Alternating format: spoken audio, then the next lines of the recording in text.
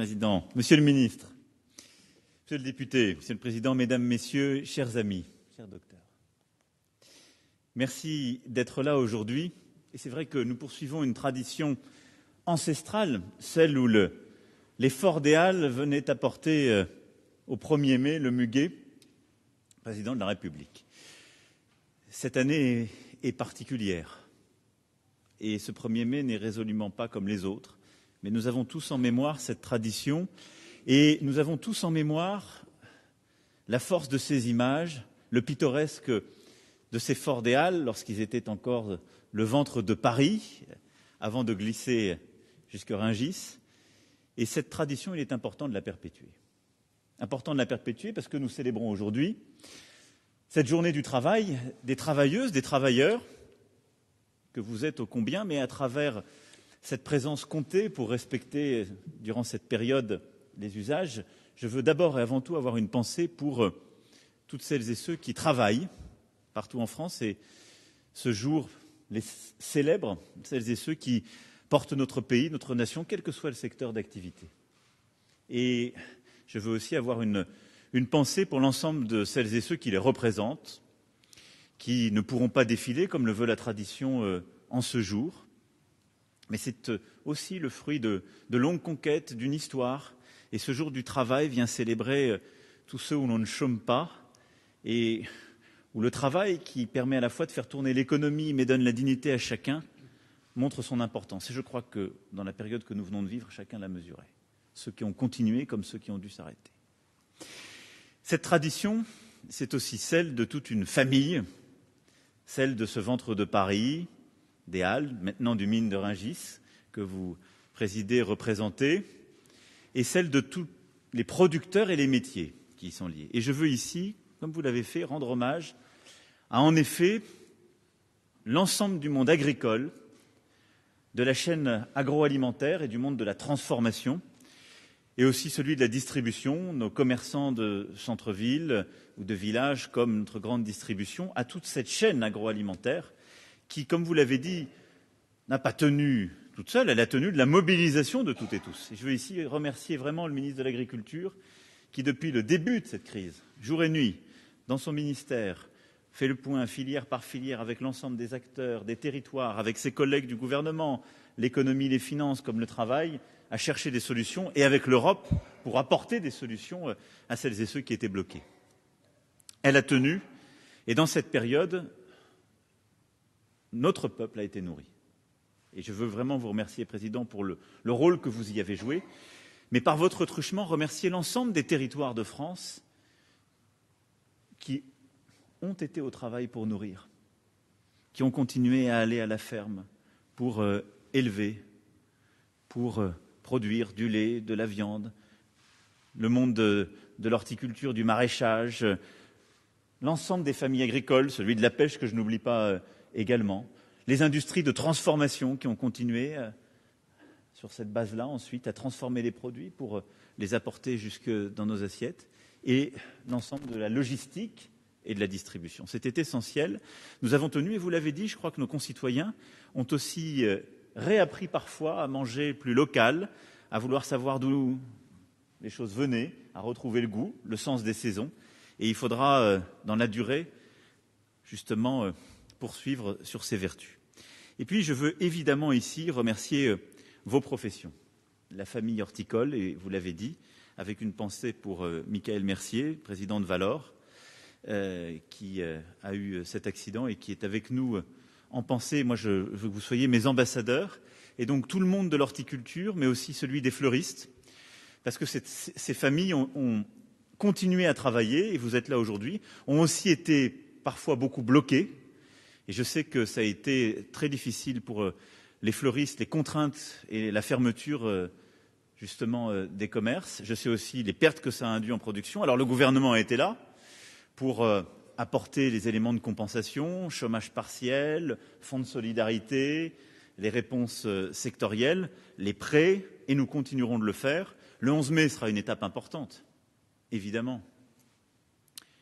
Et nous serons aussi là dans la durée, car le 11 mai ne sera pas le passage d'un état actuel à la vie normale.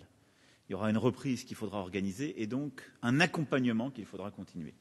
Mais je veux vraiment remercier l'ensemble des professionnels que vous représentez ici aujourd'hui dans cette maison. D'abord, vous remercier de ce muguet ainsi fourni, mais vous remercier du travail qui est fait tout au long de l'année. Ce sont aussi vos familles qu'on reçoit avant les fêtes de fin d'année, quand le sapin et l'ensemble des décorations sont ici présentés. Mais ce sont des métiers qui font vivre aussi nos territoires, qui continuent à faire vivre une excellence à la française, qui a été parfois bousculée par la concurrence européenne, qu'il nous faut savoir encore mieux défendre et protéger. Ce sont des métiers qui dépendent des saisons et dont les aléas comme ceux que nous venons de vivre sont, je le sais, des coups difficiles.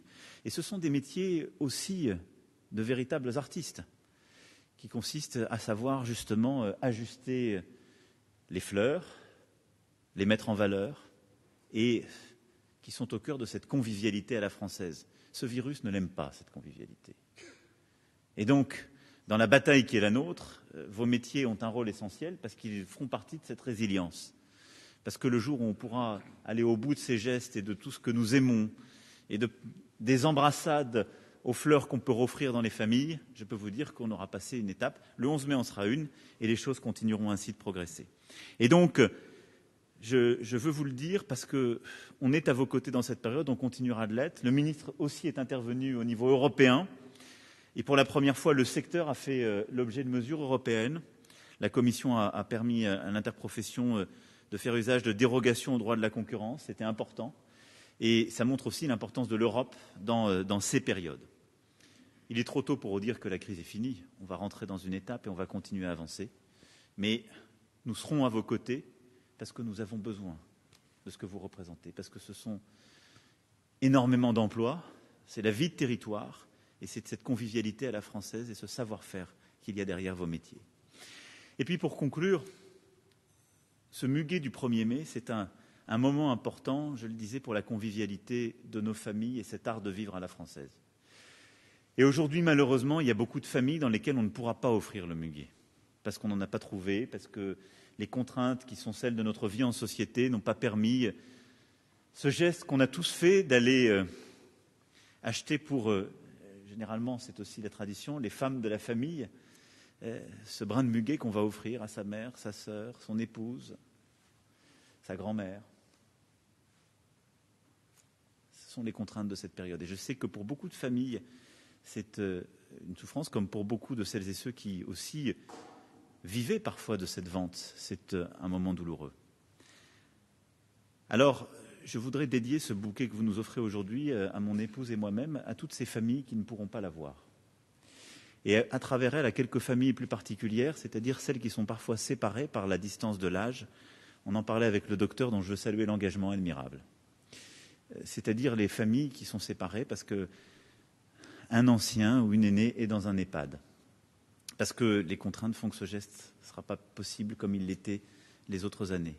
Et donc pour aussi tous nos soignants et toutes celles et ceux qui accompagnent nos aînés dans les maisons de retraite, les EHPAD, je voudrais que ce brin de muguet qu'avec beaucoup de sobriété on va partager aujourd'hui leur soit dédié. Parce que cette fleur, en effet, saisonnière, si fragile, est aussi une fleur de la résistance. Elle revient chaque année, quelle que soit la rigueur de l'hiver. Et je voudrais que, à travers nous, dans cette pièce qui rassemble dans l'esprit toute la nation, on essaie de briser toute la frustration des fleuristes qui n'auront pas pu aujourd'hui offrir, toute la tristesse de ces enfants qui n'auront pas pu aller acheter le muguet pour leur mère, leur grand-mère, et la solitude de tant de nos aînés qui n'auront pas pu l'avoir. Ces temps sont difficiles, mais je l'ai dit, on retrouvera les jours heureux, parce qu'il y a des exemples admirables, comme vous, docteur, et comme vous, mesdames, messieurs. Des exemples d'engagement, de travail, de force de faire, et on le fera à nouveau. Et l'année prochaine, je rêve d'avoir, avec le ministre, un 1er mai comme on les aime, fait justement de cet engagement de toutes et tous et de cette participation, de cette convivialité à la française. Très beau 1er mai à vous tous, à vos familles, à ceux que vous représentez. Et je souhaite à toute la nation à nouveau ces jours heureux. En tout cas, nous y serons engagés. Et je veux vous en remercier. Vive la République et vive la France. Merci à vous. Merci à vous.